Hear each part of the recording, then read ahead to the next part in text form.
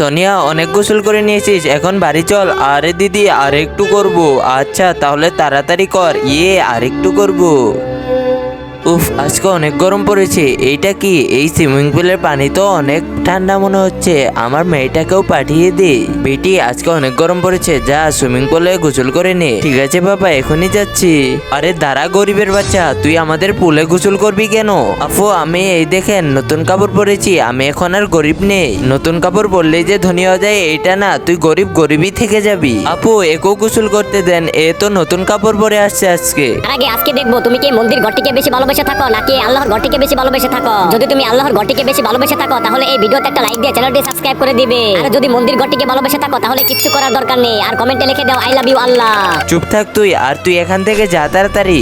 আচ্ছা আপু, এখনই চলে যাচ্ছি। পাপা, ওরা আমাকে পুকুরে গোসল করতে দেয়নি, আর আমাকে গরিবের বাচ্চা বলেছে। আরে ওরা যাই বলুক, তুই কোনো মন খারাপ করিস না, এখানে বস তুই। বেটাই দেখ তোর জন্য কি নিয়ে আসছি। এটাতে আমি পানি ঢেলে দেই, তুই এখানে বসে গোসল কর। বা পাপা, অনেক মজা লাগছে, ধন্যবাদ তোমাকে।